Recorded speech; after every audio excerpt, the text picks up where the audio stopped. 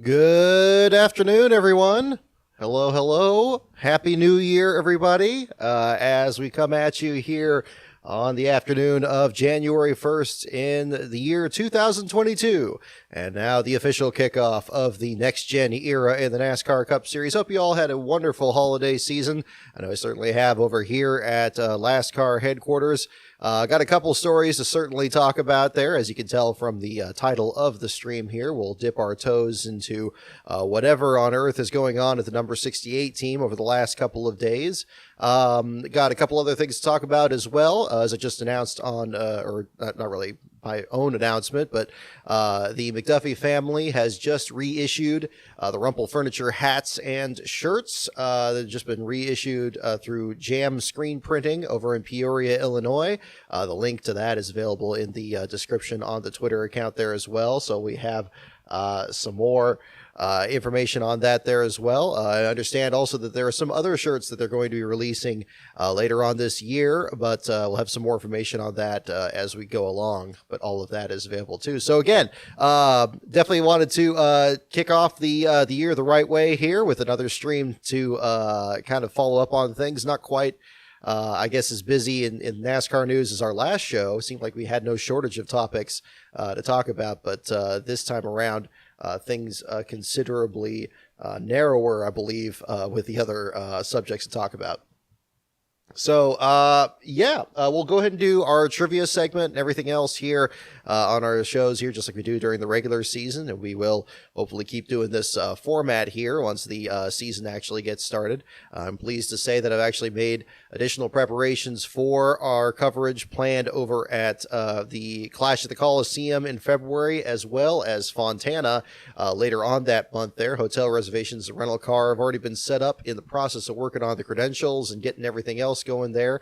It's going to be really exciting. We're going to figure out what's going to be going on with the next gen car very early on for us West Coast viewers out here. And I know that's going to be something very exciting going forward here. And because, of course, somebody's got to be the first driver to finish last with the next gen car, and that'll be one of many things to certainly talk about going forward there. My goodness, thank you so much, Beast of Metal, for the super chat right off the bat here. My New Year's resolution for 2022: I will not abuse the super chat system to compel channel hosts to vocalize my provocative opinions on already polarizing subjects in the racing sphere. Also, sorry for doing that last fall. Hey, don't worry about it there, Beast of Metal. And again, I really do appreciate it. Super chats are appreciated, but absolutely not expected there. But I do appreciate it. Thank you very much there. And it's always, again, there's never any shortage of controversy in the sport. That's one thing that we always enjoy about it. Certainly with everything going on in the sport there's never a shortage of that, but that's definitely one to certainly talk about. So I guess we got to go ahead and jump right into the story here. And again, the man of the hour here, Brandon Brown, again in the news here in this last week with at one point not having sponsorship, and then suddenly having a sponsor, and then maybe not having the sponsor. A little bit of back and forth here, and then you throw the holidays into the middle of it here, and it seems like we still don't have all the dust fully settled as to what exactly is going on over there. So I guess the most important thing to start off with is to try to put together the best chronology that one can. So Brandon Brown, of course, when he drove the Larry's Lemonade paint scheme at Talladega last year, scored his first Xfinity Series victory. Dramatic finish there at the end of that. They're part of a triple first-time winner weekend there, along with Bubba Wallace in the Cup Series and Tate Fogelman in the Truck Series.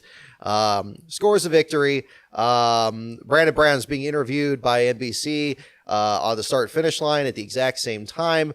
There is a group of people chanting what now infamously the NBC reporter said was "Let's go, Brandon." Of course, we now know that it was not. And many people picked. I'll admit, at first when she said "Let's go, Brandon," I was like, okay, I guess that's what it was. So I didn't really think anything past it. But then, of course, it didn't take listening to it too much further to figure out what else was going on there.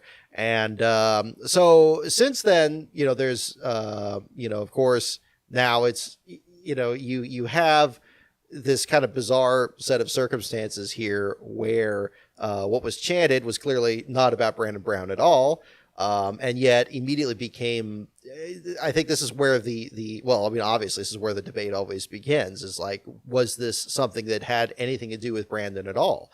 And I think at the face value, it's like, well, no, it really isn't. It's just, it was, you know, it was being chanted at that time. You know, there was, whether the reporter was just flustered or knowing that there is no way a 7-second delay is going to work while you're doing a live interview, just saying like, okay, well, it's just this, and, you know, don't pay any attention to it.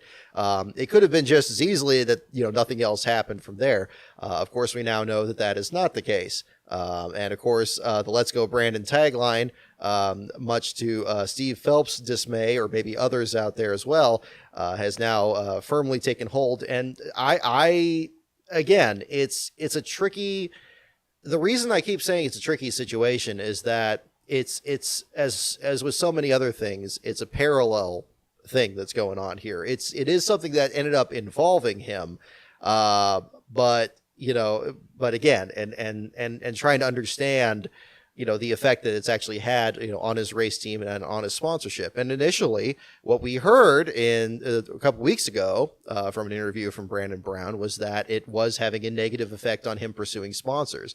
Because again, even though they weren't in fact chanting, "Let's go Brandon," and it just happened to be something that was happening while he was there, it then clearly took on a life of its own, and now it's, you know, it's everywhere where it needs to be. You don't need me to be telling you that. So then at the same time, it's like, okay, well, you know, how's this going to affect the team? Of course, it's an underfunded team. It's not too far back. We think back to Brandon Brown doing the car salesman skit that he did before, I believe, the Texas race that we covered, and having issues with sponsorship even back then. Now in this one, you get a whole lot of attention, again, through this parallel thing that has occurred here. And yet at the same time, him saying like, okay, well, now I'm having a hard time finding sponsors. So, okay, so then that happens. And then, what was it? Maybe a week and a half after this, comes this announcement that a new cryptocurrency has been started up with the Let's Go Brandon tagline, this LGB coin thing, and that apparently they sign on for the full season. And this is not the first cryptocurrency we've seen. Again, more famously, Landon Castle has been a big advocate on the cryptocurrency side of it, with the Voyager cryptocurrency. I'm not the most knowledgeable in it, but it seems like these are all at least different brands out there, that are trying their different things to kind of get, any more exposure out there. So it's not like it was the first cryptocurrency out there. It does, you know, remind me of the .coms in the early 2000s, or the energy drinks in the later 2000s. Or even going further back to, you know, echoes of J.D. Stacy. I think there were others that were bringing that up. And that's, you know, I think whenever there's a lot of new companies coming out there and they all seem to be just springing up at exactly the same time, that definitely raises an eyebrow. And a lot of times we've seen they're all there and then they're all not there anymore. And and hopefully, in this case, I hope that it's something that stays around a bit more, at least for these teams, because it seems like it's involving a lot of smaller teams out there that are picking up these sponsors. You're not really seeing Joe Gibbs Racing. Well, I guess did Joe Gibbs do a cryptocurrency last year? It seemed like they did some kind of online thing down the stretch at Phoenix or whatever, but it's not common. It's not as common as we've seen with some of these other drivers and teams. So, and obviously, going back to the chronology and all this, I mean, everybody's got different feelings about it. Is it, on the one hand, is it, okay, now, you know, obviously they weren't chanting "Let's Go Brandon," this "Let's Go Brandon" thing started off, and now it's something that he has to deal with. Is it now something that he's now embracing? And, you know, I mean, the other post where he was saying like, okay, well, look, I mean, you know, this is something that happened to me, but like, you know, let's go America. Is that kind of the angle that he's going with? And, you know, I think there's been a lot of discussion about that over the days. So, then, of course, 6 hours later, Jim Utter reports that apparently the sponsor wasn't approved by NASCAR and that the team jumped the gun in announcing it. And, you know, such things have happened before. Obviously, there is an approval process that NASCAR puts into place. And, okay, this was announced during the holidays. Were they paying that close attention to what the sponsorship was? I would think they were. I mean, it seems strange to think that NASCAR wasn't particularly focused on this particular team. Obviously, like I said, Steve Phelps has already been asked and answered about his own feelings on the Let's Go branded thing, especially the merchandising that has been generated with a bunch of unofficial stuff there along that same tagline there. It's a little hard for me to believe that NASCAR was not aware of what this was, or wasn't aware that this sponsorship deal had been worked out, especially if it's a full season effort, especially if it's to be believed from one of the crew members that apparently they were all the way down to negotiating just how much the car number was standing out. It's like, okay, we don't have an issue with the sponsor. We just want the number to stand out more. I mean, okay, so we got that bit of information out there. So this ends up being, of course, now it's an even bigger deal than it possibly could have been already.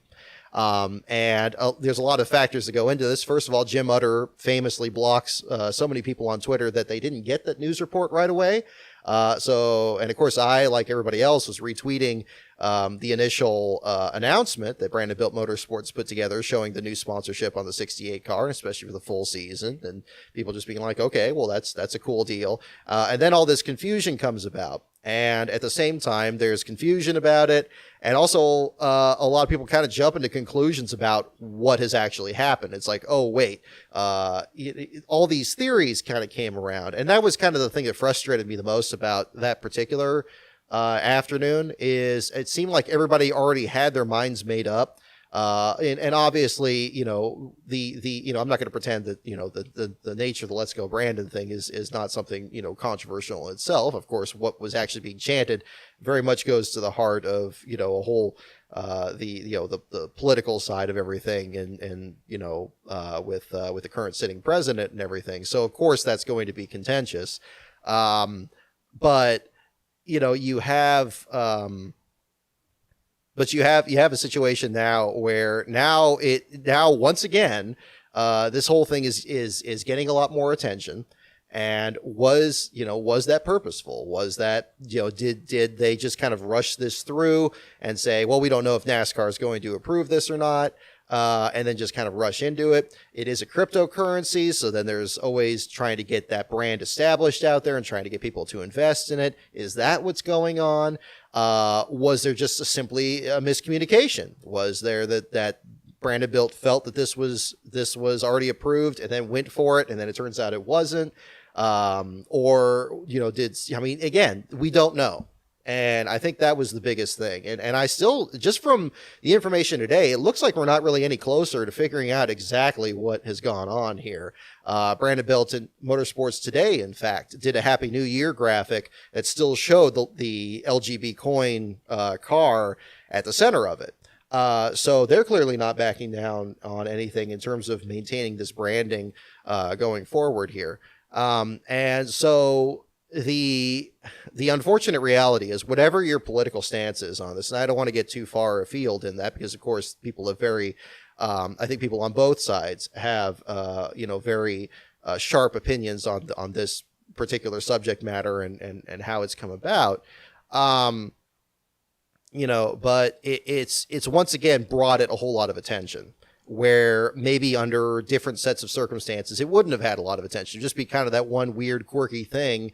And it would be just something that may have happened. I remember when Todd Parrott was the crew chief for Dale Jarrett back in the late 90s, and ESPN had this segment that was called the ESPN Spotlight, and we're going to just have unfiltered commentary from the crew chiefs. You're going to hear what's exactly going on.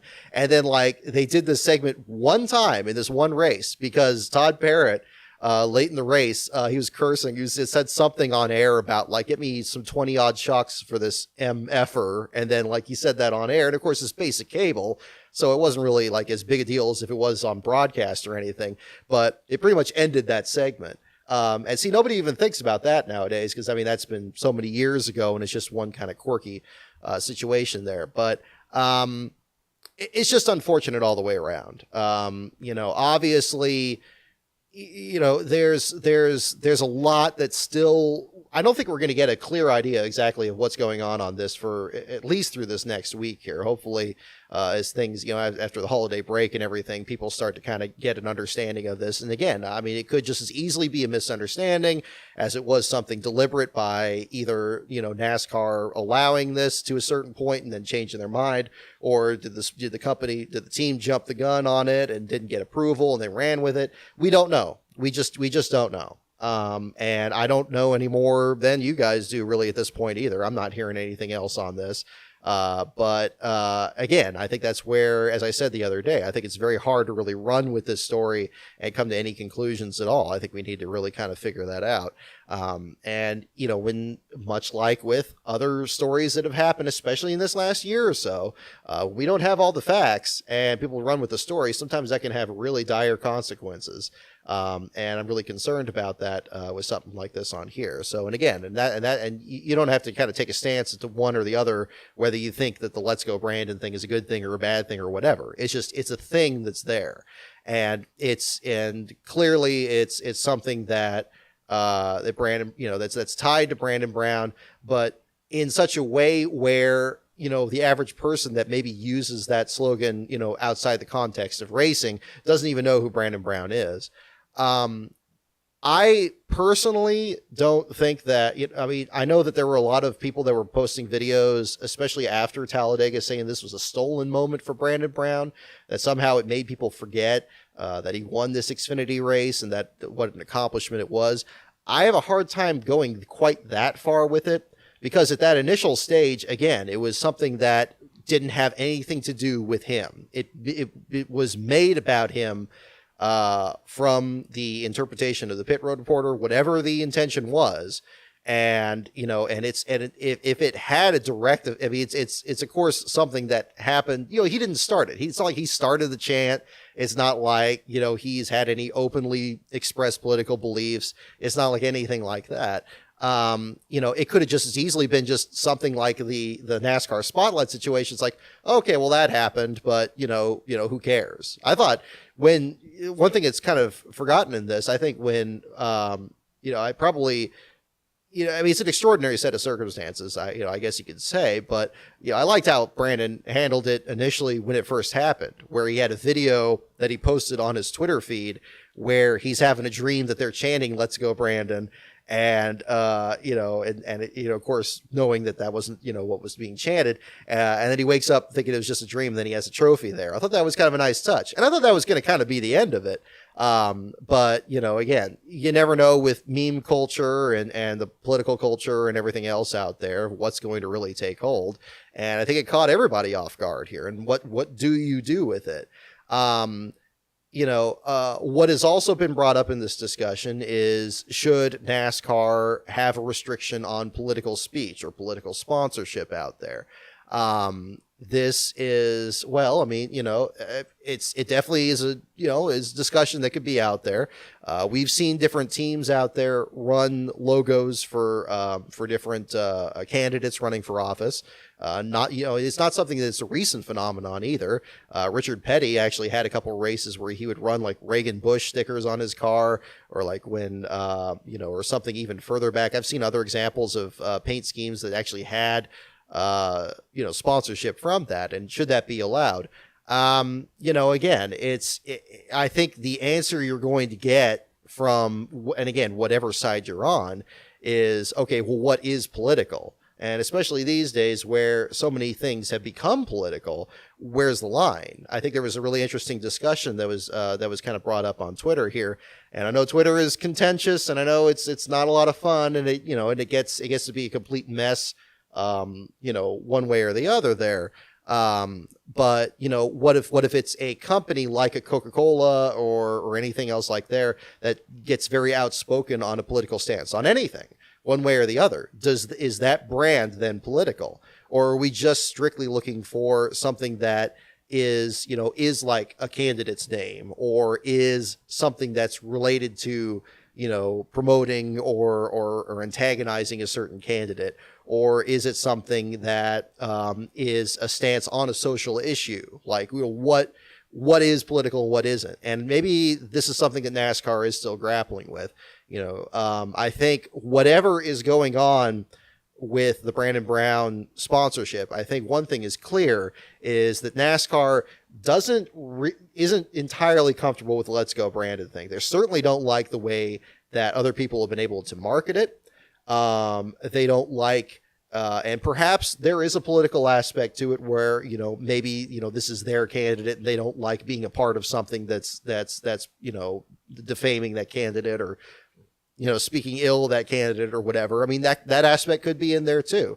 I think if you're going to have a discussion about, restricting political speech or political statements in racing, whether your stance is one direction or another, I think the one question that everybody needs to ask themselves is, am I upset that there's political statement in it at all?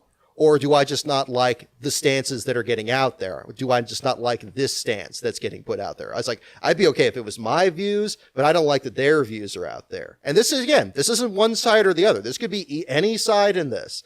And I know that everything's a snowball fight now, and I feel like I'm walking on thin ice talking about this, but I do think I try as best I can to kind of look at these in terms that I think everybody can consider. I don't want to I think that especially if something like this that is, a political aspect, I think we all need to kind of say, whoa, hang on. Like if people don't like something that's happening, maybe both sides don't like the same thing that's happening, but just for different reasons. If that's the case, then okay, maybe there's a way that you can kind of, restructure things that way. I think personally, without going too far afield, I'm kind of in the camp of, sports being kind of an escape from politics and not really kind of being a part of it. I think that sports is a form of escapism, just as it would be seeing a movie or watching a TV show or anything else in that aspect there. And I think that a lot of frustration that comes out when you hear people that are really upset about a political statement that comes out there, it's not really the statement itself or even, I think that a lot of times that the frustration comes off as people saying, oh, well, those people don't care about this issue. Oh, this is why this issue needs to be talked about more. This is why this is a problem. It's like, well, no, maybe they just don't want to do it while they're watching a game. Maybe they hear it everywhere. Maybe they actually do care deeply about it. But for these 3 hours when they're watching a game, when they're watching a race, they don't want to think about it.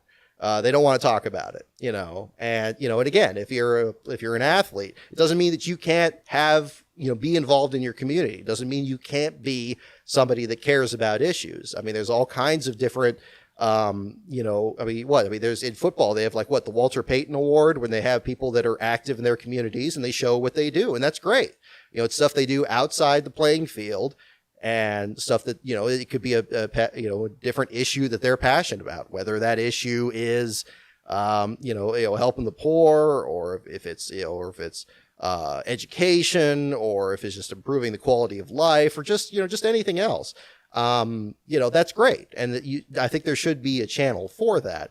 But again, and this is something that comes up in constitutional law discussions about a time, place, manner discussion. A lot of times, a particular form of speech could be perfectly acceptable, but maybe just not in all different, maybe just in certain times or certain locations, if it's like an employment setting or something like that, it's just not appropriate. That, you're there for a certain reason. You're really not there for these other reasons. But then your own time, you could do whatever on that, and people aren't going to really object to that because everybody wants to be able to do what they want to do. So, that's kind of where all this comes down to. And again, if this does end up creating a new policy where NASCAR doesn't want political speech involved in their sport, well, then I think the most important thing that they can do is really nail down that definition and make sure that what they're doing isn't just excluding one side's political views,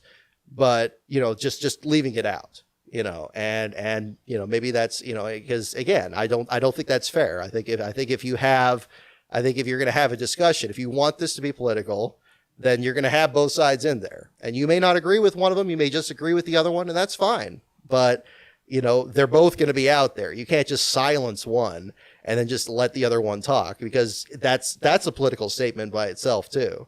And again, but I mean, it could just be a consequence of larger issues of just what politics or discussion or just anything is these days. Again, just mentioning Twitter. Is Twitter just becoming real life? I hope not.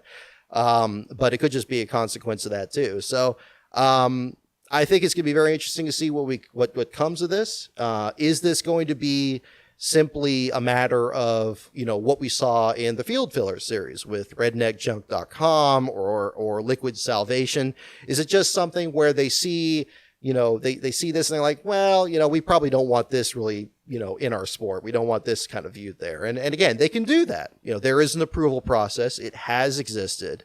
And people are, and then again, it's their business. They're allowed to, embrace certain companies or not. And that's fine. But, again, when it becomes an issue more of political speech, what is that like? And what is going on with that standpoint? And again, when does that action become speech itself? And then it just keeps perpetuating it. So, maybe we're going to get to that point at some point. I'd like to believe that's the case. I'm not sure if we're getting there, but again, I think with this particular story, I'm hopeful that we're going to get some more clarification on what was approved, what wasn't approved, what was the process here. If there was a miscommunication, when did it happen? Or is this simply a matter of, is this redneck junk? Is this one of those things, or is this something else? And we just don't know. And I hope we do find out, because I think that's going to offer more clarity in the future. And the more clarity that we have with this, then maybe the next time something like this happens, it won't be as surprising. It'll be like, oh yeah, well, this isn't them taking a political stance. This is just like, look, they just don't want to be in it. And it's like, okay, if they just want to leave it alone, then, I think that would be okay. But, in the meantime, I think that that's what everybody, if your concern is more, you want politics to be kept out of NASCAR, then I think that's where people need to really ask themselves, do you want politics out of NASCAR, or do you just want this side's politics out of NASCAR? Or out of sports or out of whatever else? I think that's the question that needs to be asked. And I think the more honest we are with that answer, I think we'll get a lot closer as to where we need to be on that. So, I've been looking out of the corner of my eye. I've been seeing the chat definitely cycling up here. So I haven't really looked too much at it here, but, definitely interested in your guys' thoughts on it too. I know this is a hot button issue. I don't like to get political on this show. I don't want to make anybody feel like they're not comfortable or, discussing this or anything like that, because it is something that, I think that the sport either has stayed silent on or is still kind of grappling with, and trying to understand it. And I think the more that maybe we all kind of understand, where we are on that, maybe we'll know the proper solution, going forward there.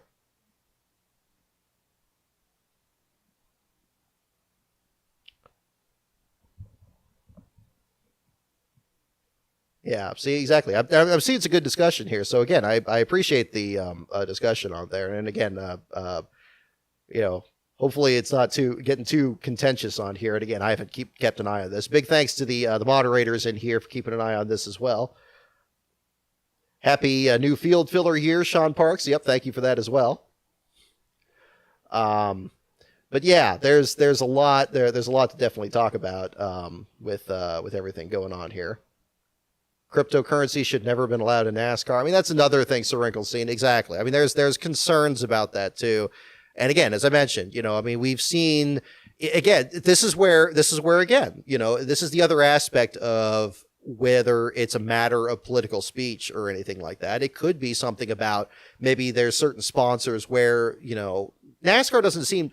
See, that would be kind of an interesting thing to understand is how closely NASCAR looks at the sponsor themselves. They may not like the imagery of a certain sponsor, or maybe something is too provocative for them.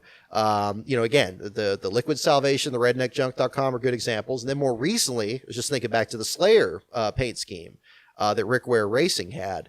That kind of echoed back when they had Ozzy Osbourne on Derek Cope's car, and Morgan Shepherd having concerns about that because Shepherd wasn't allowed to run the Racing with Jesus logo on his car. So this isn't a new debate, and it could just be that this debate's still going because it's never been adequately dealt with, and that it's just kind of been up in the air.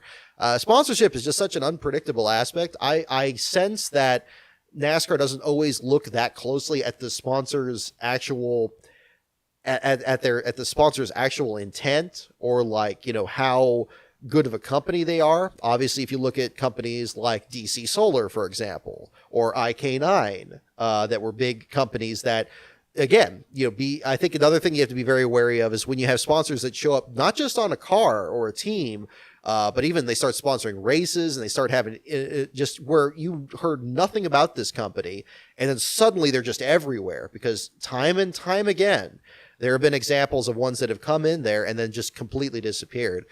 This is a whole separate issue from the political aspect, because if we're talking about the feasibility of companies in there, and if they're going to have any staying power in helping some of these teams out, I think that's a worthwhile concern. But what responsibility should NASCAR have in controlling that? Or is there something really they can do? Is this something that, I mean, should just be left up to the teams to do their own research on? But of course, you know, the teams are in a difficult situation because sponsorship is so hard to find. And, you know, they're going to try to just get the guaranteed money they can get. They're under these tight time frames where they have to make sure, you know, they have enough money to get these cars together and to get these races going, and they have to plan things out so far in advance. You don't have time to really do a lot of digging on this. I'd be interested to understand that process and how much more sophisticated it's had to be, because even where you have big teams, you know, like even Chip Ganassi last year before they shut down, they were having a lot of races where they didn't have sponsorship at all. They would just have Chevy logos on their cars. Richard Childress, same thing. Can't get sponsorship out there. You have to constantly overdrive your headlights to kind of get enough backing just to get you to the next week. That used to be the way the owner-drivers operated. Now we're seeing the big teams doing it. It's very rare that you have a full-time sponsor. And kind of going full circle back to the Brandon Brown thing, that's the other thing that's frustrating with this. Whether or not your stance is that, you know, you don't like the Let's Go Brandon thing, you don't like how popular it's become, and you really don't like the fact that now it's like welded to Brandon Brown to the point of it being a sponsor. It was a full season sponsor deal, at least what was proposed. And again, cryptocurrency, it is unpredictable. I'm not, you know, pretending to be, you know, somebody who understands the deeper complexities of it either. But you know, that's a whole other aspect of it there too. But you know, how is that going to work out where, you know, this isn't like redneckjunk.com where that was maybe a sponsor for 2 or 3 races, or Liquid Salvation, I think was just like one sponsor. I think it was, what was it, for Carl Long or something like that in the field fillers deal. We're talking a full season sponsor. And if NASCAR is going to drop the hammer on a sponsor here after it's already been announced, and they've already, you know, bought the decals and done the promotional work and so forth here, that is a huge penalty for any team to suffer, and could potentially be disastrous for a single car operation.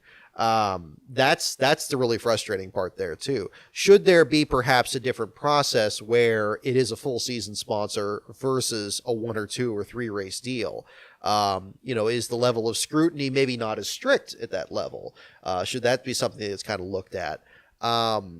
You know, that's another thing to kind of really look at. Still another, you know, I can't help, and again, I don't like to personalize these things, but the scenario, at least in the way that it's being presented, reminded me an awful lot of setting up the book signing for the J.D. McDuffie book back at Watkins Glen in 2018, that we were down to the point of talking about how big the table was going to be, because we already knew where we were going to do the book signing, and it was going to be at Watkins Glen, and it was going to be during that race weekend. And then suddenly something happened, very short, but until the point that we were actually, you know, getting ready to leave. They said, "Oh, no, now suddenly you can't do it." This, you know, and again, I've never really got a straight answer as to what exactly happened or who stepped in. I know it was somebody above the International Motorsports Racing Research Center that we were working with, that it was somebody at the track that actually intervened to keep us from doing that signing there.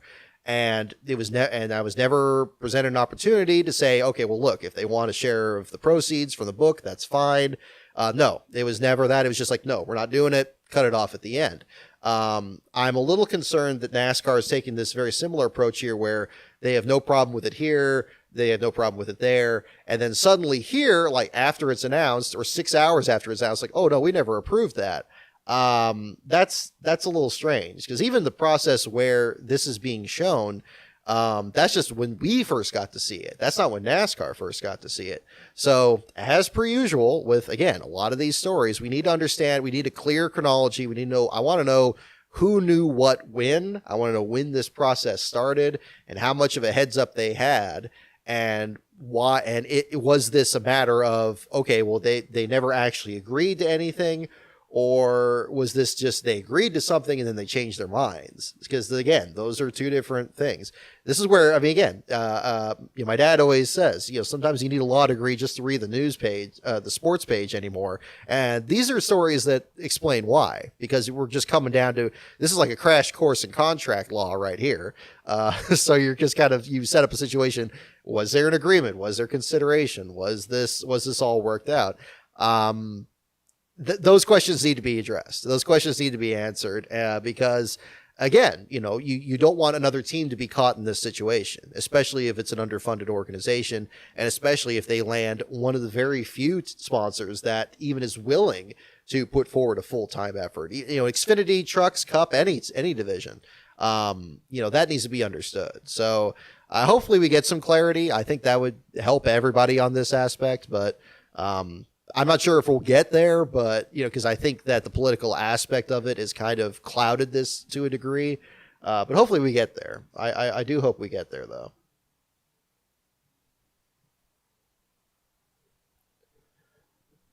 So, yeah. But again, this is where it needs to be understood. And again, I saw some discussion up here on this as well, mentioning the Black Lives Matter car again. And that's where again, I think the definition needs, if NASCAR is going to be concerned about excluding political speech from the sport, then they need to be very clear as to what political speech is. What definition are they working with? They can't treat this like the yellow line rule and just say, oh, we're just excluding political speech. It's like, whoa, wait, that could be a lot of things. That could be, is it a social movement? Is it a political candidate? Is it this? Is it that? That's where there needs to be some clarity out there. And again, I think the BLM thing is a good example of, again, if you have people that are upset about that, you have people upset about the BLM car, you have people upset about the Let's Go Brandon car. How many of those people are upset about it just because they don't agree with that viewpoint, or do they just not want politics in the sport at all? And I think that's where the fans actually, I think, should be involved in this decision, because perhaps it's something that there's been a lot of frustration, again, on both sides, whatever. And again, I'm not saying these are the only sides out there, or people can't, be a supporter of both or of neither. I mean, that's how complicated all this is. But that needs to be understood. I think the more the fans are brought into this and understanding, what they do and do not want out of the sport. I mean, gosh, NASCAR can't even figure out how much horsepower to have these cars. I think they need to kind of improve their communication on this just a little bit. But I think that's the other part to kind of look at it. But it's a good question. It's a good question, because I think that's all going to be part of it for sure. Twitter is a third world country of its own. Yeah, there you go. See. Man. But yeah, we'll be doing trivia too. I saw no tires, just gas. Don't worry, we're going to be jumping into that too. It's not just entirely on this, but yeah. Yeah, Cassius 1213. Yep, you're catching on to the when you see it kind of definition of obscenity. Yeah, it could be the same situation where, yeah, how are you gonna argue political? Well, again, this is where they have to at least make their intentions clear, as clear as you can. I mean, that's the so much of the law in particular. And again, this isn't necessarily illegal, strictly illegal. I mean, it is. I mean, we are talking about contracts, and we are talking about speech. I mean, it's got a lot of elements to it here. And then, what's allowed and what isn't allowed, even within a business infrastructure and a business that can run however it wants to run at the same time. So you have that element. There's a whole lot going on here. But there's so much in the law that's just definitions, that it's not just saying like, you can't jaywalk or you'll get this, or you can't do this or you'll get that. It's like, so much of this is like, you could have that entire phrase written out and every single word has a definition. And then a lot of those definitions, every word of those have definitions. This is where it's really hard to have that kind of mentality where you have to break all that down into its smallest parts. And how far you're willing to go down that rabbit hole and explain all that out, and then turn that into something that you can apply from one case to the next. That's why they get paid what they get paid. That takes a ton of work. But it's not to say it's impossible. I think that, if NASCAR is going to, if you just like any other sanctioning body, you have rules. You can just come up with a new rule, but you're going to have to, you can't just throw it out there and say, okay, well, we're just doing this and that's it. It's like, well, no, you're going to have some clarity there. So, but again, and this is presuming again that this is something central to it. I know that it really feels like on the surface that it's entirely political and it's nothing else, but we still don't really know that. And again, I hope that we get some clarity on that. If that is what's happening, then I hope we get clarity in that direction. If it's simply a matter of, not wanting a cryptocurrency sponsor or this cryptocurrency sponsor, then they need to make that clear too. I think the adult answer of just because I said so isn't going to suffice for anybody, because how is the next team going to prepare, to make sure that they don't step on the same landmine that somebody else did? And you could argue that maybe this is more obvious of an example than anything because it's just so unusual. This whole Let's Go Brandon thing has been. But it's something that could happen from any direction. People could have objections to any sponsor or company or whatever else, but I don't want to go too far round on that, but that's definitely another, aspect of that too. WWE Syndicate HD. I saw your question about the Fox Nation car. I think he actually did run that one. If I remember correctly too, I think a lot of the Rick Ware cars had those logos on their cars, too, at the Daytona 500. I know Derek did on his car when he unfortunately had the last place finish there at the same time. But yeah, but see, there you go. There's another one too. It's like, yeah, is a particular channel? Is a particular channel political? See, I think that's where, and this kind of goes back to, the comment up here as well. I mean, Cassius, your comment at the same time, you had a very good point. Where is there even a dividing line between the political and the apolitical that you could even make a stance on? There are probably people, I remember back when the invasion of Iraq happened and you had all these other cars that were sponsored by the military. You had the Army car, you had the Air Force car, you had the Marines car, you had all these other ones there. And, there were people that weren't comfortable with that, so, what line does that have, and again, in an era where the personal is so political these days, maybe we can't figure that out, but we should at least try. I think NASCAR, as a sign of good faith to anybody, to all of its fans, knowing that if they're really that gung-ho in bringing in as many fans as possible, whatever their backgrounds, whatever their interests are, I think it's really encouraging that at the Clash coming up here, that there's a sizable percentage of people that have never even been to a race before, and this race is going to be the first one that they've ever gone to. That's great, whatever your background is. But if I just think that they need to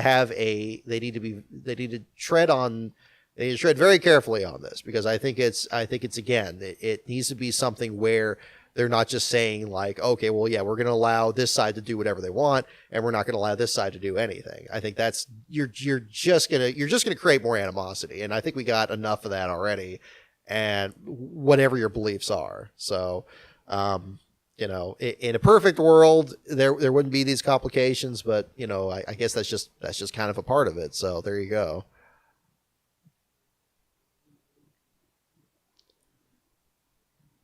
Yeah.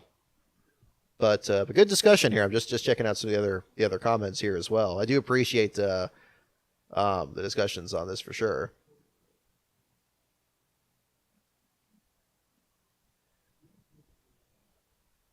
Yeah, and again, who knows what, who knows how long the Let's Go Brandon thing is? Is it going to be something that, is just, is it already kind of on its last legs, or is it going to keep going? I think it's an interesting cultural touchstone. I think, as much as NASCAR is not happy about, people taking on themselves, create their own merchandising and so forth, I mean, I know that's one aspect of it here.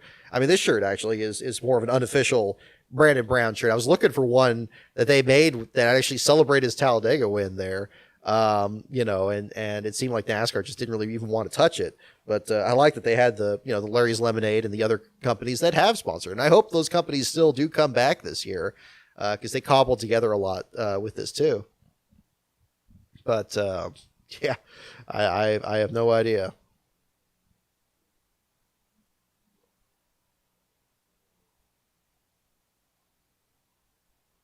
Yeah, sports is escapism there. Yeah, Joey Gase. Joey Gase getting mentioned here at the same time. I wouldn't really accuse, what he has as like, a political sponsor, but certainly in terms of a social cause, he's very passionate about organ donation. That he's made, he's been very transparent about that, and you see a lot of his sponsorship is with these different foundations. Lisa Foundation as well. For I believe it's for brain hemorrhages as well. A lot of I mean, again, could you argue perhaps that that's political? Maybe, but is anybody really going to be offended by that? Not generally. I mean, this is something that is out there that can support everybody. It's an equal opportunity thing. So that's where it gets tricky too.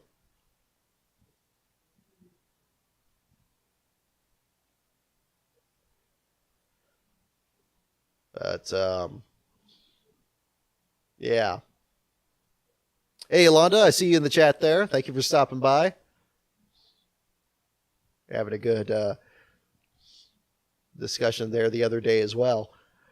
Let's see. I saw we had a couple Brandons. So we have a couple Brandons in here in the chat too. I guess it's always the thing. I guess the real question is, where does this leave Brandon Jones during all this? Is there going to be if he gets a championship, is everybody going to be cheering, "Let's go, Brandon"? There, I don't know. It's just the most unusual times. There's actually, it's gotten to the point. I will say this, that I think is just kind of absurd. There's actually sections of Twitter that are upset that people use "Let's go, Brandon" and not just like strictly saying, it's like, well, hey, we just say F that guy and you guys just say "Let's go, Brandon." It's like, are we really arguing about like how people are expressing a political opinion, like whether they use these words or that word, those words? It's like things that ridiculous. I think if there was some understanding there, it sounds like there's just like one group of people that feel the same way and they just say it a couple different ways. Like, I don't know. It's ridiculous. It's ridiculous. That's why this isn't a political show, because I just don't have the stomach for it. It just seems like it's snowball fights. It feels like it's been like this. A lot of you guys, probably the more younger said, I feel personally like a lot of what's going on now is been going on ever since the concept of a hanging Chad was first discussed in the 2000 presidential election. And, the intent of the voter and all that other stuff. And that became a big thing. And it feels like ever since then, it's been that. And that's been 22 years now. That's a long time. And it's become the norm. Which is interesting. The discussion may be on a different topic, but it's always the same two sides in the snowball fight there. And, it's like, oh, our snowballs are bigger than theirs and so forth. And I don't know, but it just is what it is. It somehow feels like it wasn't as contentious before that. But of course, back then, I mean, I was like, just a teenager. I didn't know anything about it. So maybe it's been like this all the time. And it just seems more noticeable now. But, there's all that. On that subject, I'll guide the conversation a little bit differently here. And I want to mention another thing from social media. I should probably make this a feature on future shows. It's like stuff I said on social media and talking more about it. So, the famous picture of the guy getting chased by the crowd, and he's standing up against a building and he's got a big smile on his face. It's like, I am no master of hot takes. Every time I think something is like a hot take, I come off like I guess I come off like Ned Flanders or something, and it's just like, okay, well, who cares about that? Like, yeah. But I will still say, I still think Herbie Fully Loaded is a much better movie. It's a better NASCAR movie, specifically a better NASCAR movie than Talladega Nights. And I was thinking about making a video about this. I might still do that. But I think there's a couple of things about it. I mean, first of all, frankly, I always liked Herbie, because Herbie is the very last car kind of story. from all those Disney movies. Like, I'm not the most passionate Disney fan out there, but obviously the idea of like an underpowered car going out there and kicking butt, that's very much like a Tommy Baldwin, top 10 kids eat free car going for a win at Talladega kind of thing. You could probably argue that probably had a good role in kind of getting me into following that end of the field. And of course, you watch races these days, even Joey Gase himself running the 53. There's your tie-in right there.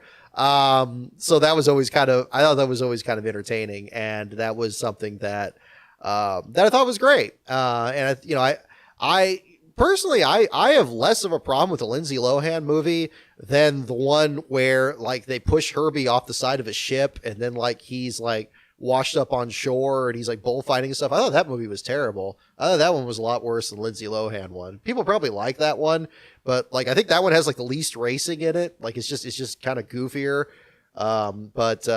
Yeah, but I don't know. I get it, but I get it though. It's a kids movie, but I personally liked it. I don't really have a problem with it. I might do a commentary track or something for it for the Patreon. I'm not sure. Maybe that'll be kind of the way to do it.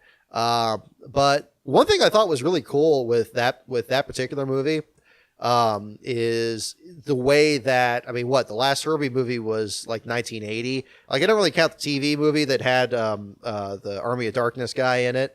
Like there was 25 years where they just didn't make a movie about a Volkswagen where you don't know if it's talking or not. And I thought it did a decent job kind of bringing kids up to speed on like, the older movies and stuff and kind of getting them interested in it. But I thought that in those 25 years, just think about how different car culture became in that time. That you had like the rise of NASCAR, which of course is featured prominently in the film. The rise of monster truck racing, demolition derbies. Demolition derbies have always existed, but really, really becoming popular. Street racing, kind of the Fast and Furious angle. That movie kind of touches on every one of those aspects. And again, in a Disney kind of way, just kind of silly and so forth. But I thought it was kind of cool. Like, they had like a different way that Herbie looked for street racing versus NASCAR. They actually have the car from the filming of it, the one that had the actual stock car tires on it. They actually had that at Fontana a couple years ago. I hope it's back there again this year. That'd be really exciting to see. But I thought that was pretty neat. And I think, I like the whole thing where it was like the backup car and that they had an accident and Breckenmeyer, I guess, drove a car into a wall and they had to use Herbie as a backup. I thought that was kind of neat. Like Talladega Nights, so I'll go on the other side here. And I know a lot of people love Talladega Nights, or at least say that they do. I think it was nice that, much like the Herbie movie, like it was kind of generated from the peak of the sport, that it was kind of in that same time period where, NASCAR was like, it was as big as it got. Like that was the peak. That 2004 to 2006, maybe early 2007 before the Car of Tomorrow came in. Like that was real high time in the sport there. Even after Earnhardt, like it had a kind of a second peak there for a brief time. And that's when all these movies got made. That's when Cars got made. That's when all that started. And Talladega Nights is very much a creature of that, just like the Herbie movie. But I remember I didn't really like it the first time I saw it in theaters. The time I liked it was the second time I saw it. They had it playing on the shuttle bus when we did a tour to Bristol in August of 2007, and they played it on the ride up there. And I think it was the atmosphere of going there that made it cool. Even though the track doesn't get featured really in the movie, but I thought it was fine. It was okay, but I'm not the biggest Will Ferrell fan. I think I liked Step Brothers. Step Brothers, I think, is hilarious. There's some scenes in that just are great. And of course the first Anchorman. Everybody likes that one. I don't know. There's a lot of scenes in Talladega Nights with like, I don't know, the kids cursing at the parents, and I don't like that one woman that was from Glee that played the gym instructor or whatever. Like there's some people and it's just, I don't know. It's fine, I guess. It's just, but to me, that's just what it is. It's just, it's fine, I guess. Like, I don't want to come off and say like, oh, this is NASCAR. It's serious business. You can't make fun of it. It's like, no, I completely the opposite. I think NASCAR in many ways is a really ridiculous sport. And I think the comedy of it is one of the things that brings me back and watching it. I think that, when you have a broadcaster, misspeak, or, they'll, something just strange will happen where like a car like picks up a banner from the infield kind of weird or something. There's a lot of things that are silly. Now at the same time, it is still an extremely dangerous sport, and there are a lot of risks that these drivers take on, and some have paid the ultimate price for that, of course. I'm certainly not the first to certainly mention that, but I do think there's plenty of room to make fun of the sport. I don't like to take things that I enjoy and just say this is the sacred cow and you can't touch it. It's like, you can make fun of it, absolutely. I mean, I'm used to it. I was like the only racing fan in pretty much every social group that I've had, pretty much up until doing this. I mean, really say it. Whether it was at work or at school or on the rowing team when we were actually racing, still nobody got into NASCAR during that time period. That was just kind of my thing. And so I'm used to seeing it how other people have seen it, where they're just like, why would you sit for hours and watch this? And then you're going to do it again next week. And then 38 weeks a year. I mean, that's just insane. It's like, well, I mean, I'm not that interested in like soccer or something like that. I'm not going to, I mean, to me, that's insane. Sitting there and watching people kick a ball around and then, pretend that they're hurt. Like but I know people get really into it, and, they to the point where they complain that they can't bring fireworks into the stands. To each their own, and I think, you could make a ridiculous, I guess Will Ferrell did a ridiculous soccer movie too, but I've never seen that one. But, yeah, but I mean, NASCAR, of course it's ridiculous, and I think that, I think a lot of these broadcasts, sometimes they lean a little too far into that, and I think if anybody needs to be taking things a little bit more seriously, it would still be the broadcast crews. I could go all the way back to our discussion from last year, where they were just kind of joking around about how much air these drivers were getting running over those rumble strips at the Indy Road Course. But at the same time, do I think that, you can still have a comedy about the sport? I mean, well, the Herbie movie it doesn't take that really that seriously either. I mean, you have a car driving up a fence, for God's sake. So, but I think honestly that was, I think the movie is fine. I think, if you haven't seen it, I'd recommend it. Certainly, now at the same time, and I know a lot of people were asking this in the initial Twitter feed there too. Do I consider either of those better than Days of Thunder? Absolutely not. And there's ridiculous things that happen in that movie too. It doesn't take things 100% seriously. It makes it look pretty cool though. I'll tell you that. I think the coolness factor is something that NASCAR really needs to get back to. And I know that there's a lot of F1 fans that even have already made memes out of Drive to Survive and how they casually get things wrong or, do too many sound effects or something like that. And so, so that's not been 100% perfect either. But something like that. And especially something that presents the sport as a continuing story. I think that's the biggest thing. I think it's so hard to, they pluck out specific moments here and there, but there's not a continuing chronology of an entire season that's brought up. I mean, it feels like it was 3 years ago when Michael McDowell won the Daytona 500. But if you do like a season in review thing, like there's a lot of moments that just kind of get forgotten there. I think every week it should be kind of repeated or analyzed a different way or focused on different drivers. Watch those old ESPN intros. They'll say like, if Dale Jarrett hasn't won a race yet, and then suddenly he's like had a top 5 the last 3 weeks, like that gets brought up, and it's like, I should, now that I have that information, I know I'm going to watch him this week because maybe he'll do better. Like, and you present that for as many different drivers as possible, and who's improving and who's struggling. I think the point system has kind of created a scenario where you could be forgiven for not doing that, because at the end of the day, the only thing that matters is like who actually gets a win and punches their ticket, and everything else is secondary. That's unfortunate. And I think both networks have fallen into that.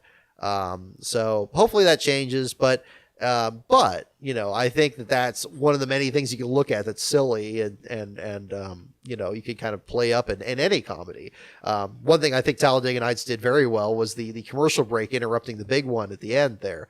I think that's perfect. That captures, Bill Weber just nailed it perfectly with, leading into and out of that there. So I thought that was good. That's the other thing I think, if you want to do strict comparison between the two movies, like Talladega Nights is Bill Weber, But the Herbie movie has Alan Bestwick, and I know a lot of people like Alan Bestwick. So, if that's I think both of them have Benny Parsons too, if I remember correctly. So, that's their way to kind of look at it also. But yeah, I don't know.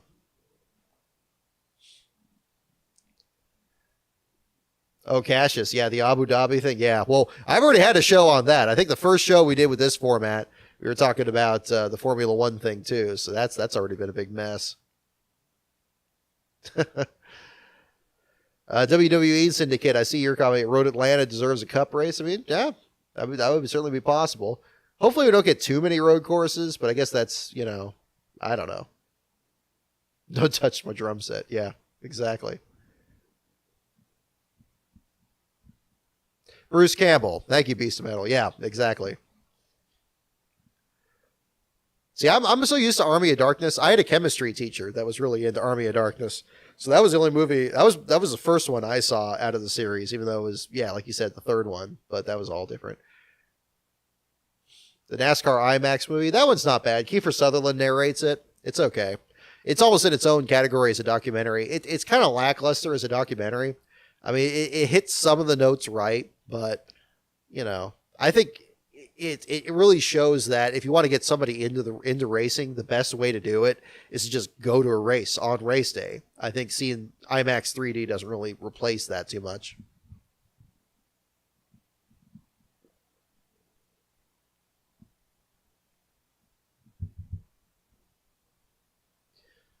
Let's see. Yeah, Bristol's a good first race. Yep. Yeah, I'd have to agree. If you can. I remember when, yeah, you had to order like a year ahead at least to do that. That was crazy. But it's just a whole different time now. Oh, gosh, you got 42 people in here? Oh, thank you so much for tuning in here, folks. Agree with Moroku Senpai? Uh-oh. Do we go back into anime chat? We did that last week. Or when was that? Right before Christmas? To talk about Bleach? Or I guess, well, if you're doing Moroku, that would be Inuyasha. So there you go. Oh, that's the username. Okay, there we go. Alrighty. Well, we'll get into our trivia segment here as well. I think it's about all the other topics to met. Yeah, rest in peace, Betty White, as well as John Madden. I know that's been big this week. I'm trying not to get too bogged down with that on the shows. I know I led off with stories like that these last couple streams. I don't want things to be too sad, especially around the holidays. But obviously, a couple legends have certainly left us of their respective fields, and definitely worth mentioning for sure. Yeah, I didn't grow up with the Golden Girls as much, but I mean certainly know of her, of course. And John Madden, my folks actually met at a Raider game, so my mom has great memories of watching him faunching and fuming down on the sidelines there, as animated as he was. Just incredible. I mean, with Coach Madden is fascinating. I think Urinating Tree in his weekly review, I highly recommend checking that out. His Week 16 review that he does for the NFL. He has a very good, I think one of the best tributes I've seen to him and the reach in his sport. And I'm sure with Betty White, I know that people are just starting to kind of get their tributes out there as well. So that's certainly good to see. I'll definitely default more to them for mentioning that. Beast of Metal, thank you again for the super chat. I've seen recurring requests about the night with the concerns over the Daytona 500 entry list. Yes, thank you for bringing that up. That is a good subject to talk about. I know David Land put out a video a couple weeks ago there about concerns about the entry list and just looking at the top 36 and the possibility of other teams out there. That did generate some good discussion. And actually, we have a new challenger in that midst posted the other day. The possible return, finally, of the NY Racing team with Jonathan Cohen, the former Team Extreme Racing effort, bringing back the number 44 that they used to have with some of the best-looking paint schemes out there with Scott Riggs and J.J. Haley driving back in 2014, 2015 there.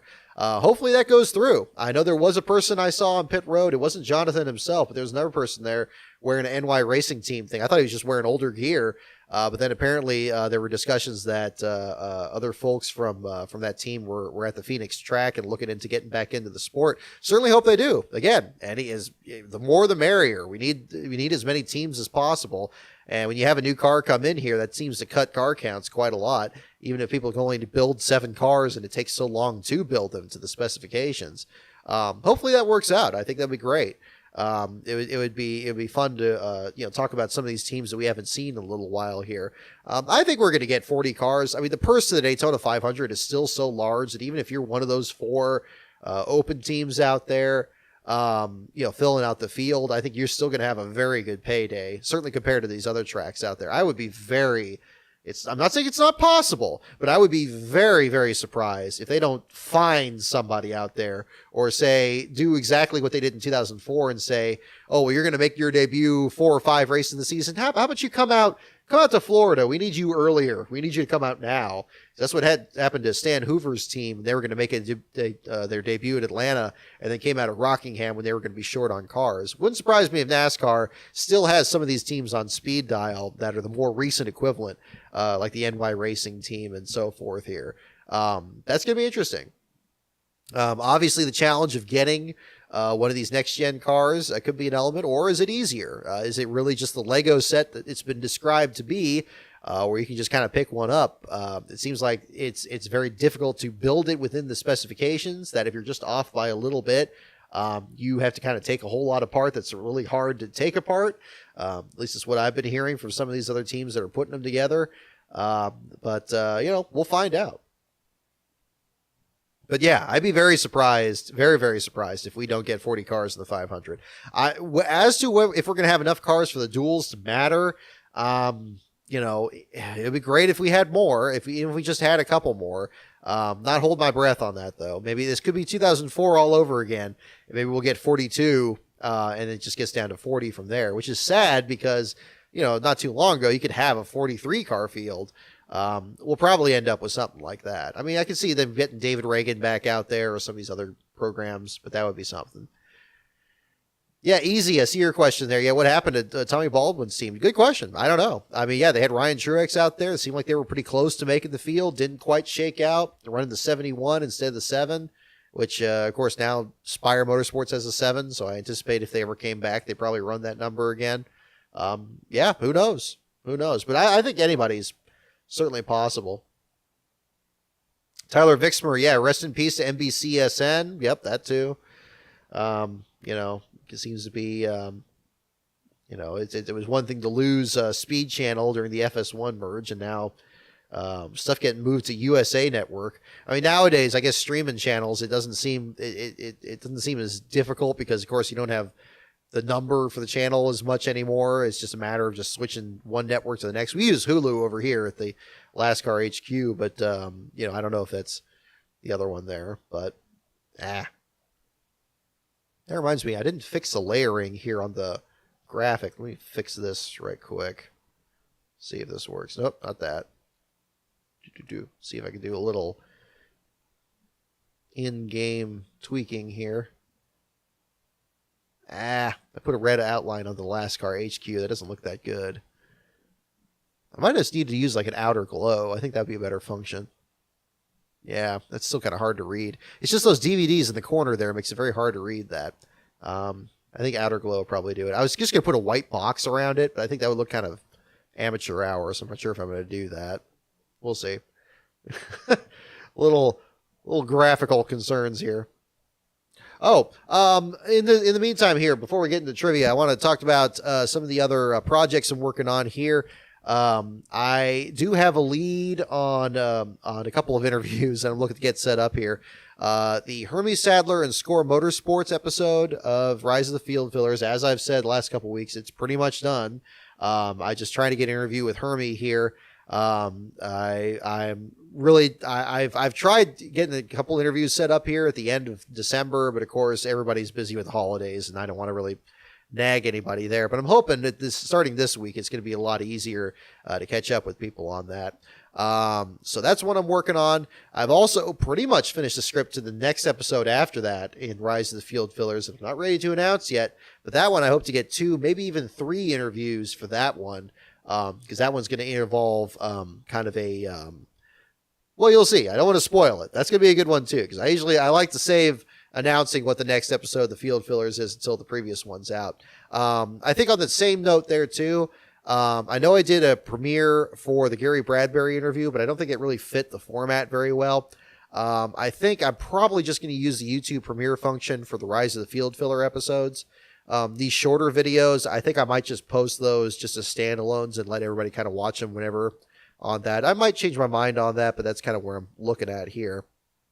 I like having some videos on the channel be events. I think the Rise of the Field Fillers fits the bill there, since those are a little less regular. I know it's been a while since the last one there on Andy Belmont, so I appreciate you guys' patience, but that's the big thing. The interviews is what's holding those up there. But in the meantime, I've been working on the next couple here, and so I hope that's going to help kind of loosen things up as we get down to the next few here. I'm also working on some standalone videos. I have 2 of those in the works. I actually had one that I just started yesterday that I think will actually kind of fill some gaps in Field Fillers a bit. So I'm pretty excited about that. And then we'll kind of keep going with that too. So, you know, I'm not sure in terms of a regular upload schedule what this is going to work out to be, but I think in the spring here, certainly as the season gets started, we'll have some good content for you, as well as a return to the Daytona 500 starting grid for that. I'm not anticipating doing a grid for the Busch Clash because I'm going to be there that weekend. And of course, the format's so up in the air. We're not even going to know the lineup for the last 23 cars there until the day of. So I'm not anticipating doing a starting grid that weekend. However, in the last year on, we're very close to the next goal of doing another starting grid besides the Daytona 500. So stay tuned for that. If you're interested in that, again, patreon.com/LastCarOnBrock. For as little as $1, you can get your name on the door magnets I carry to the track for every one of the races I go to. Get entered in a drawing to win one of those.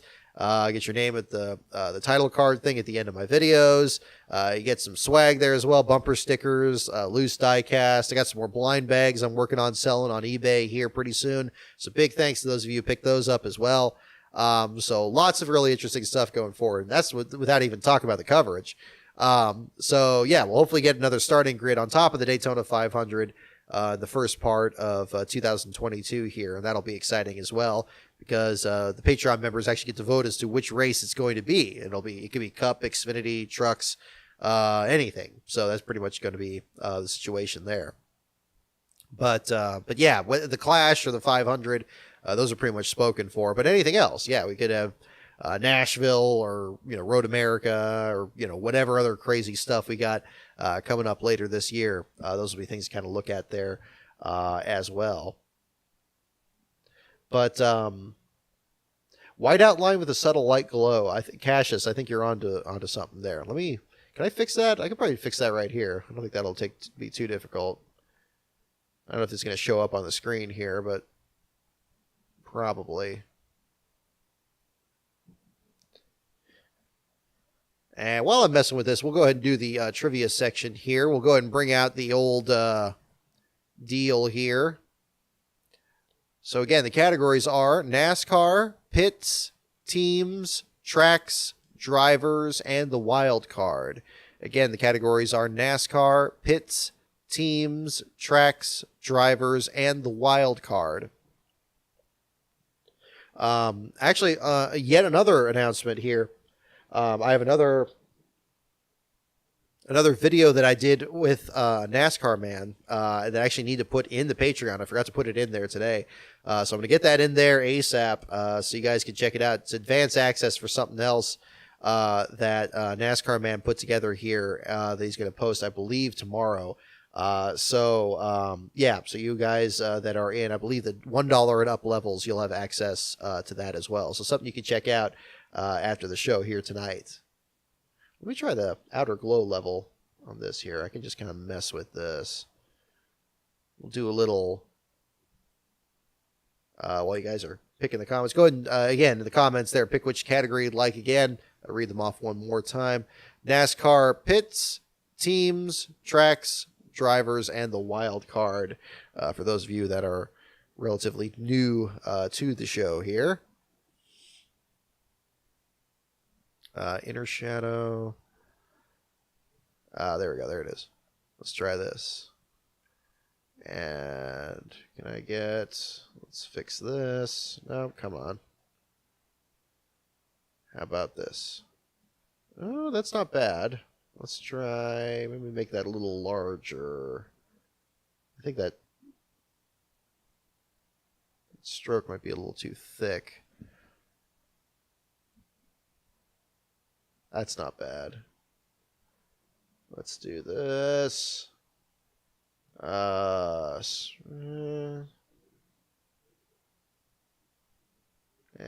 size. Over the opacity. The opacity is not bad. Let me turn that up.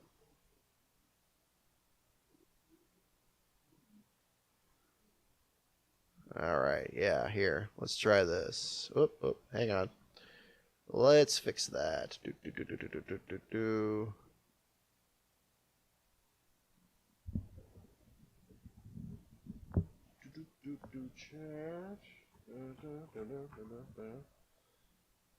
Not that. Let's say that as this. All right. Okay, here goes nothing. Let's see if we can fix our formatting here. 7 so far for tracks. Wow. Okay, right on. Thank you for keeping track of that piece of metal. We're going to try fix this. Oh, look at that. That looks a lot better. That looks better. That's a little easier to read. Is that Cassius? Yeah, white outline with a subtle light glow. I made it a little less transparent. We'll try that. I might still tweak that for a future show, but there you go. Now you can kind of read that a little better in the top left corner. Okay. Bam. A little bit of tweaking here. So we'll go ahead and do tracks. I see, yeah, 7 for tracks, 2 for wildcard, 1 for drivers. Okay, thank you. So we'll do some track questions here for the show of the evening.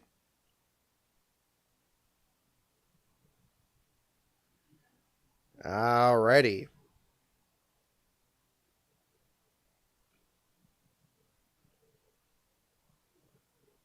Alrighty. Here we go. First question. What track hosted Donnie Allison's last NASCAR Winston Cup start? What track hosted Donnie Allison's last NASCAR Winston Cup start? Don't look it up. Go ahead and try to guess.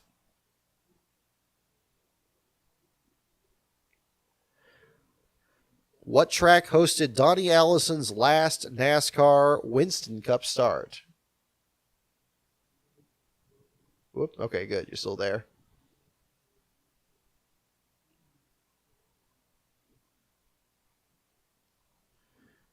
Alrighty. Yeah, run all that show up. I'm with you too. Totally.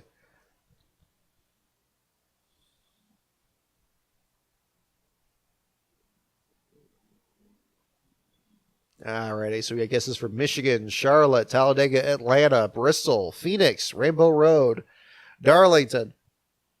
Alrighty. What track hosted Donnie Allison's last NASCAR Winston Cup start?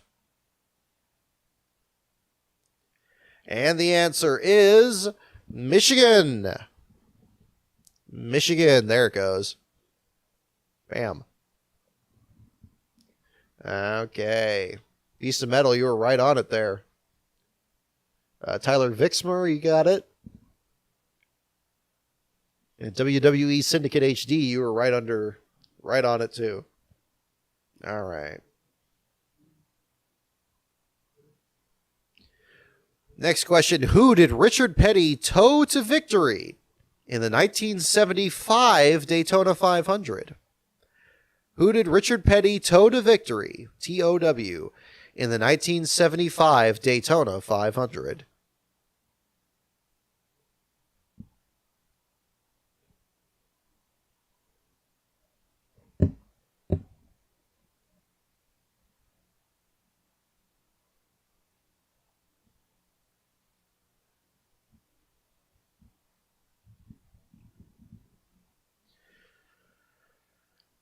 Who did Richard Petty tow to victory in the 1975 Daytona 500?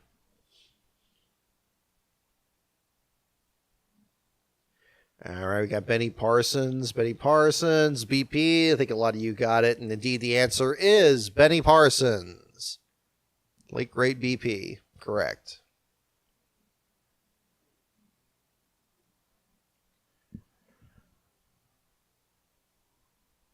Let's see.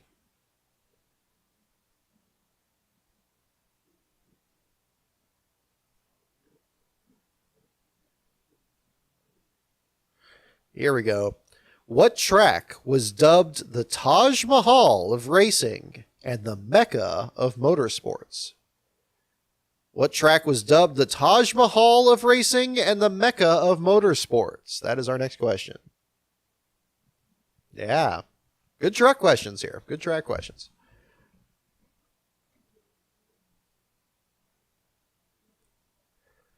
What track was dubbed the Taj Mahal of racing and the Mecca of motorsports?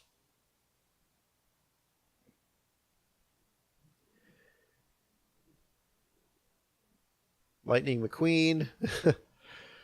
No tires, just gas. Yeah, exactly. There you go. Walter behind Petty, Indianapolis, Indy, Daytona. The Taj Mahal of racing and the Mecca of motorsports.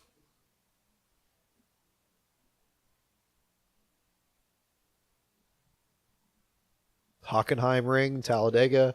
Got a good cross section here. Indy, Ontario.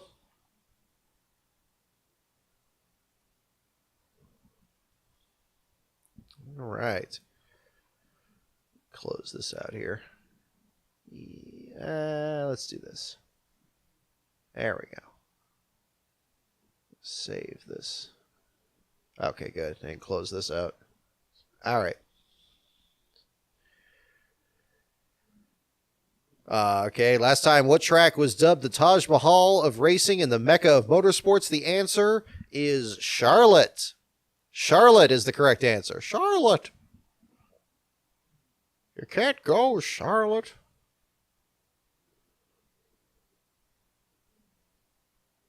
Terrible impersonation hour is upon us now here at the show as we enter the second hour.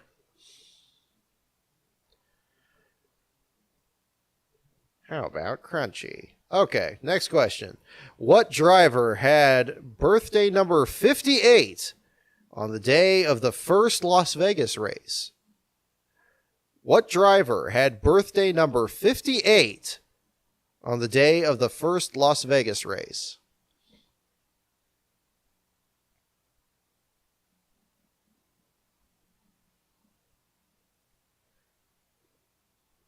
Yeah, everyone said Indy, but yeah, Charlotte is the correct answer for the previous one. Yeah, it does sound like a humpy. Yeah, it must be a humpy wheelerism for sure. What driver had birthday number 58 on the day of the first Las Vegas race?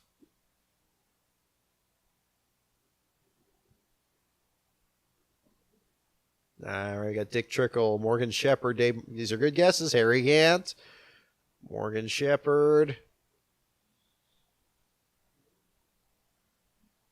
Yeah. Kind of unusual nicknames there.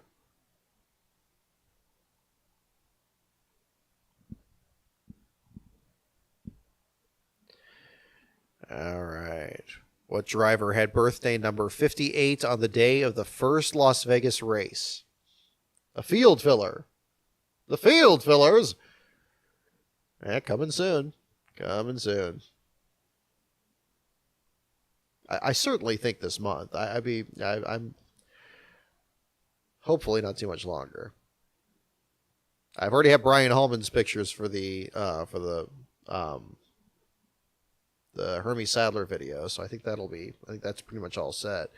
It's just the interviews I'm working on. What driver had birthday number 58 on the day of the first Las Vegas race? The answer is Dave Marcus. Old wingtips himself, Dave Marcus. That's the correct answer.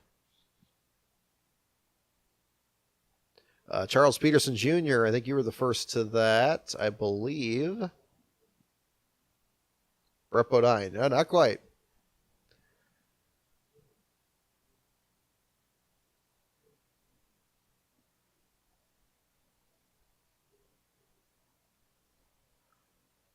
this working? No, it's not working. That's not the other. Can I get this to work? Let me see. Show the Twitter feed, or do I need to... Let me try this. Does that work? No. Does that work? No. That does not work. How the heck do I get that to work? All right.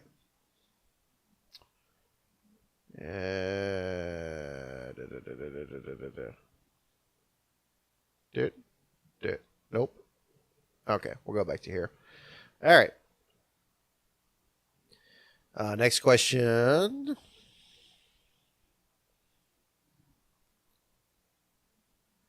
Who was the first driver to test at Texas Motor Speedway?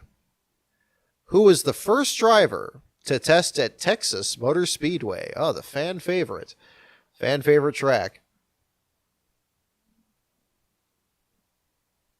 Who was the first driver to test at Texas Motor Speedway?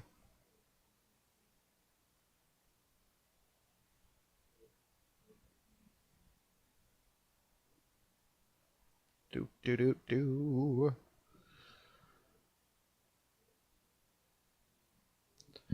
Who was the first driver to test at Texas Motor Speedway is our next question.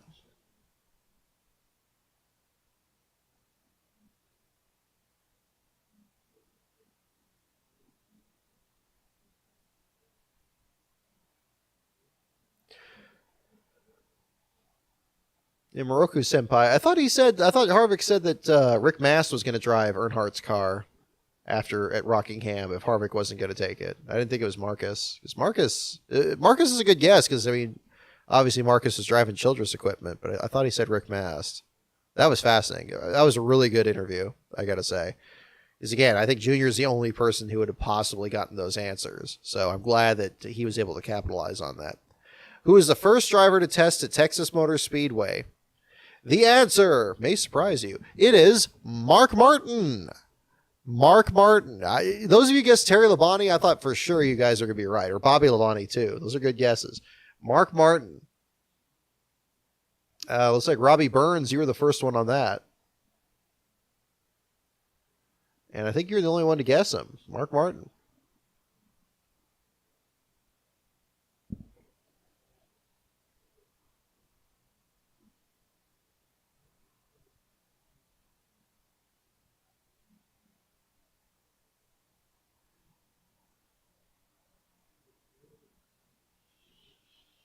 Let's see here.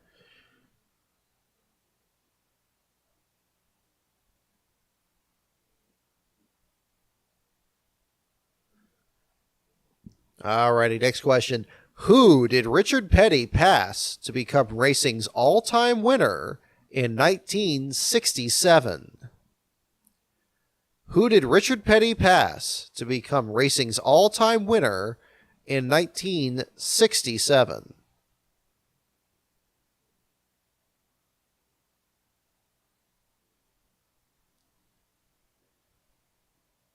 Yeah, Texas is a strange track. Texas is a very strange track.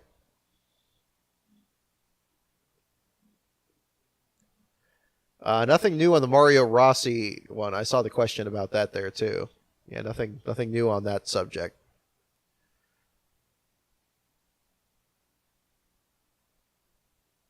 But we'll see if we get any other information. Some of these things are ongoing mysteries. That's what makes it fun. Who did Richard Petty pass to become racing's all-time winner in 1967? And it looks like a lot of guesses for Lee Petty, and you are correct. The answer is indeed Lee Petty. Lee Petty.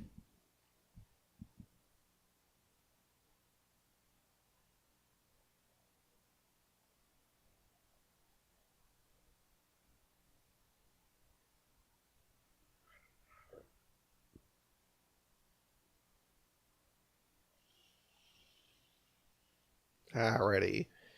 So maybe we'll just do one more question here for today. Last question for the evening here, folks. What was the first track to be topped with polymer-enhanced asphalt? Think about that one. What was the first track to be topped with polymer enhanced asphalt? That is our question.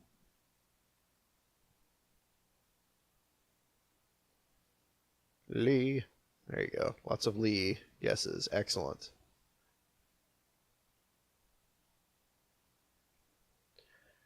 What was the first track to be topped with polymer enhanced asphalt is our question.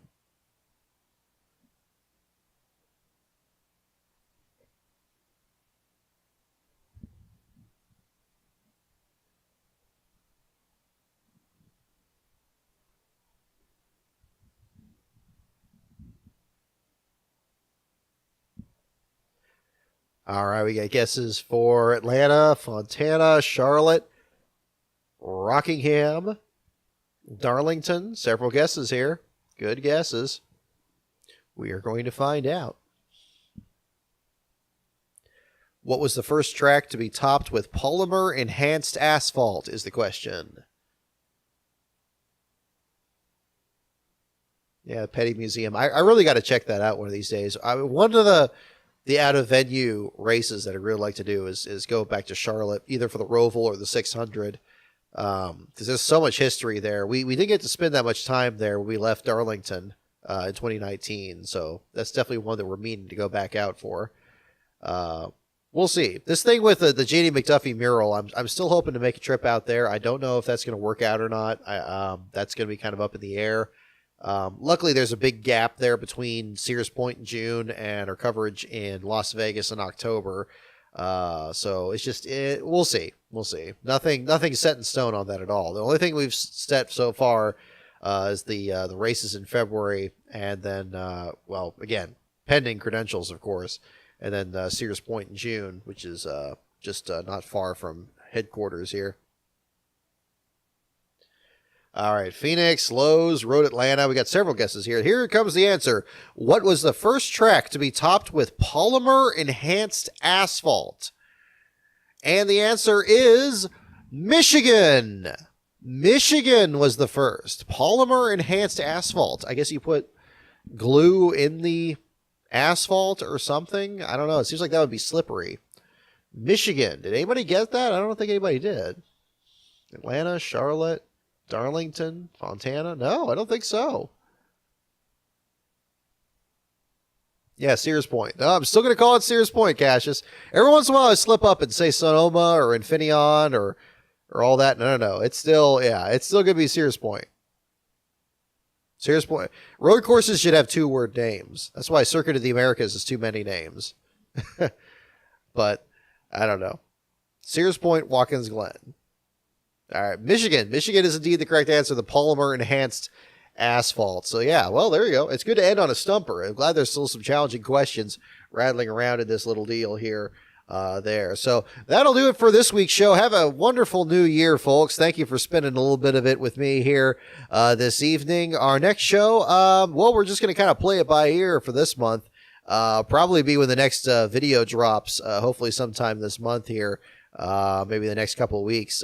Fingers crossed for more updates on that. Be sure to stay tuned to my Twitter feed at LastCarOnBrock. If you're interested in the Patreon, it's patreon.com/LastCarOnBrock to get you some bonus content. There's also the eBay store that's also linked on my Twitter page there as well. And of course, the website is lastcar.info, and be sure to check out the content here on this channel. Every click definitely helps. So thank you so much, everyone, for your support. Have a wonderful New Year's again, and we'll see you next time around. Take care, folks.